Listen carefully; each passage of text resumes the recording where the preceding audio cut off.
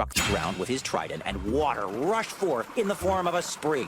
Everyone in the town rejoiced, but they quickly realized that this was salt water. And while it was pretty to look at, you couldn't drink it or water your crops with it. Athena, meanwhile, gifted the town with the olive tree, a gift that would provide food, shade, and resources to build a bigger city. In the end, they voted for her. And that's why that town is now known as Athens. Otherwise, the capital of Greece might be Poseidaho.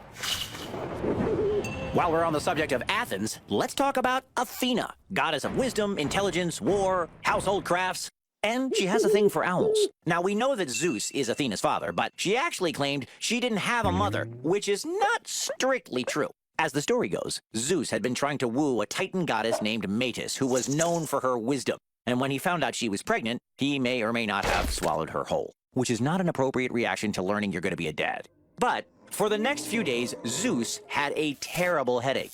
Fortunately, the very clever Hermes put two and two together to save Athena. He got Hephaestus, the blacksmith of the gods, to come up with a hammer and a chisel and actually make a crack in Zeus's skull to free her. Don't worry, he lived.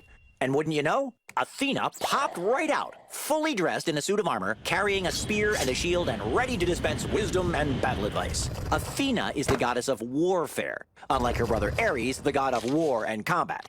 She oversees battle strategy, clever thinking, and she's pretty great at weaving and crafts. There's a lot to Athena. And now we're Greeking out about Hades, one of the 6 original Olympian siblings, and the Greek god of the underworld and the dead. He's sometimes called the host of many, because everyone in the ancient Greek world went to the underworld when they died. Now, Hades is not actually the god of death specifically, that's Thanatos, but Thanatos brings the souls of the newly departed to Hades down in the underworld, which is probably the most visited off-limits place in all of Greek mythology. They always say that only the dead can enter the underworld, but Greek mythology is full of mortals and demigods who somehow found a way in.